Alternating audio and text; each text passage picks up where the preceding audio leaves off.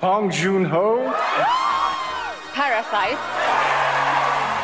Bong Joon-ho. Parasite. 영화 기생충이 외국어 영화 최초로 아카데미 작품상을 거머쥐었습니다. 이동진 평론가는 기생충이 아카데미를 필요로 한 게 아니라 아카데미가 기생충을 필요로 한다는 말을 하기도 했는데요. 오히려 한국 영화가 아카데미를 필요로 했던 것이 아니라 아카데미가 한국 영화를 필요로 했던 것이 아닌가 생각이 들기도 합니다. 저도 개인적으로 아카데미가 기생충의 위상을 높였다기보다 오히려 기생충이 아카데미의 다양성을 높여주고 방향성까지 제시해 위상을 높여준 게 아닌가 하는 생각이 듭니다. 최근 다양성을 지향하고 있는 아카데미를 위해 필요한 영화이기도 했다는 점에서 시의적절했지만 분명 영화적 완성도나 국가와 인종을 넘는 공감대 형성에 성공했기에 받은 상이 아닐까 하는 생각도 듭니다. 각본부터 편집과 촬영까지 기생충은 도대체 어떤 연출들로 미국 관객과 평론가들을 사로잡았을까요?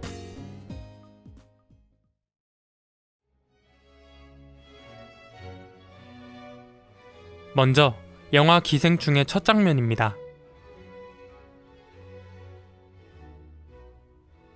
기생충의 마지막 장면입니다.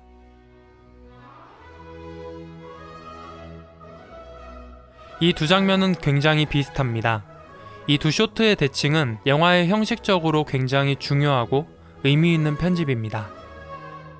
봉준호 감독은 왜 첫 장면과 마지막 장면을 비슷한 구도로 촬영하고 편집했을까요? 창문 닫아. 나도 봐. 영화엔 언뜻 보면 굉장히 다른 삶을 살고 있는 두 가족이 나옵니다. 두 가족은 계층적으로 완전히 반대에 있습니다. 기택의 집은 동네에서 가장 밑, 그 중에서도 지하에 위치하고 있고 동익의 집은 동네에서 아주 높은 곳, 언덕을 오르고 계단을 올라야만 들어갈 수 있습니다.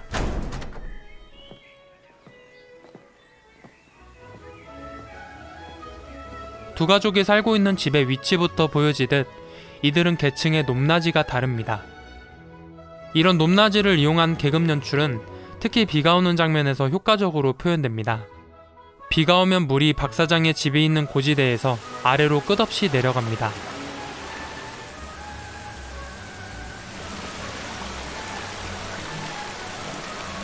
저지대는 똥물로 가득 차게 되고 다음날 한쪽은 수재민이 된 장면을, 한쪽은 파티를 하는 장면을 보여주므로 두 가족을 대칭적으로 보여줍니다. 다들 쿨하고. 물이 밑으로 흘러가는 장면은 흔히 상류층, 하류층이라는 물의 높낮이에서 오는 차이를 이용해 만들어진 계급 언어를 화면으로 그대로 보여주기도 합니다. 이렇게 완전히 다른 두 가족이지만 아이러니하게 닮은 점이 많습니다. 영화 기생충의 가제는 데칼코마니였다고 합니다.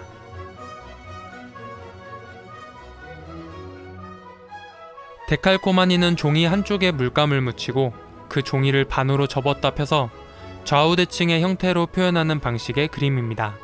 데칼코마니는 중심선을 기준으로 대칭되기 때문에 선을 기준으로 양쪽 모양을 보면 같은 모양으로 출발했지만 완전히 다른 모양입니다. 영화에서 동익은 선에 대해 이야기합니다. 아니 그리고 굳이 할 거면 제 앞자리에서 그냥 하지 왜 선을 넘어오는 걸까? 전반적으로 말하는 행동이 선을 넘을 듯 말 듯 하면서도 결국엔 절대 선을 안 넘거든. 그건 좋아. 인정. 동익이 말하는 선은 같은 모양이지만 완전히 다른 모양으로 구분지어버리는 데칼코마니의 중심선을 말하는 것 같기도 합니다. 특히 기택과 동익의 사이엔 화면 그대로 선이 그어져 있습니다. 기택과 동익은 다르면서도 굉장히 닮아 있습니다. 가족을 위해 일하는 가장이라는 점, 한 집안의 가장, 한 회사의 사장이었다는 점, 한 회사의 총수, 아내, 딸, 아들로 된 가족의 구성원도 같습니다. 이처럼 기택과 동익의 가족은 다르면서도 같은 데칼코마니의 특징을 그대로 보여줍니다. 두 가족은 선을 기준으로 완전히 다르지만 애초에 똑같은 사람이기에 동일한 모양으로 마주보며 대칭을 이룹니다. 기택의 아내의 말에도 나오듯 다른 건 돈이지 사람이 아닙니다. 이 돈이 다 나한테 있었어 뭐. 나는 더 착하지. 두 가족 모두 똑같이 화장실이 필요하고 똑같이 옷이 필요하고 똑같이 집이 필요합니다. 이런 점에서 봉준호 감독은 인터뷰에서 이 영화가 서로 간의 예의에 대한 이야기란 인터뷰를 합니다.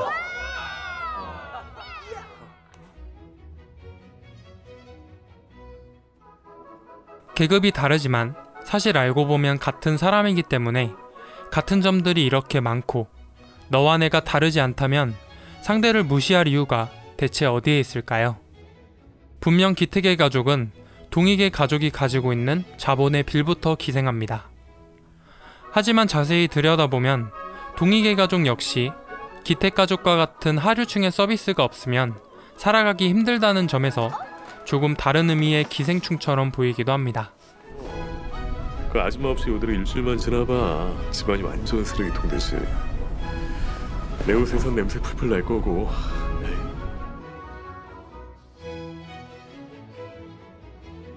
형태는 다르지만 근본적으로는 기택도 박사장도 대칭적으로 상대에게 어느 정도의 기생이 필요합니다.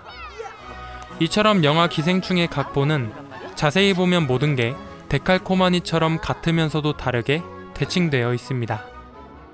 봉준호 감독은 내용에 이어 형식적으로도 영화를 대칭적으로 촬영하고 편집합니다. 가장 대칭적인 편집이 잘 보이는 건 기택의 가족이 가정부 문강을 쫓아내는 몽타주 시퀀스입니다. 생긴 건 둥글둥글한데 그년이 속은 아주 능구랭이야. 문강에게 복숭아 알러지가 있다는 걸 안 순간부터 우리 집은 복숭아는 못 먹어요. 금지괄. 몽타주의 마지막 장면까지의 샷들을 하나씩 보면 샷들이 대칭되어 있습니다. 이 몽타주 시퀀스 자체가 마치 데칼코마니처럼 구성되어 있습니다.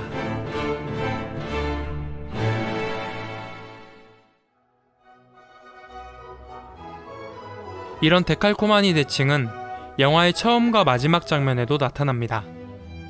완전히 같은 구도와 카메라 움직임을 보여주지만 밤과 낮으로 데칼코마니 대칭됩니다. 부분적으로도 전체적으로도 이 영화는 데칼코마니 형식을 보입니다. 이처럼 영화 기생충은 두 가족의 관계를 데칼코마니처럼 표현했는데 거기에 더해 영화의 형식도 데칼코마니처럼 편집해 내용과 형식을 일치시킵니다. 이 영화 한 편은 거대한 데칼코마니입니다. 정신과 의사 헤르만 로르샤흐는 피검사자에게 데칼코마니 그림을 보여주며 무엇이 보이냐고 묻습니다. 로르샤흐 테스트라고 불리는 이 테스트는 데칼코마니 그림을 본 사람들의 대답을 통해 정신을 분석하는 테스트입니다.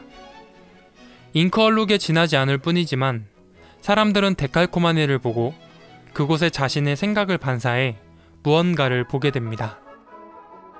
영화 기생충은 데칼코마니를 보고 각자의 생각을 반사해 그것에 대해 생각하게 되는 한편의 거대한 로르샤흐 테스트가 아니었을까요?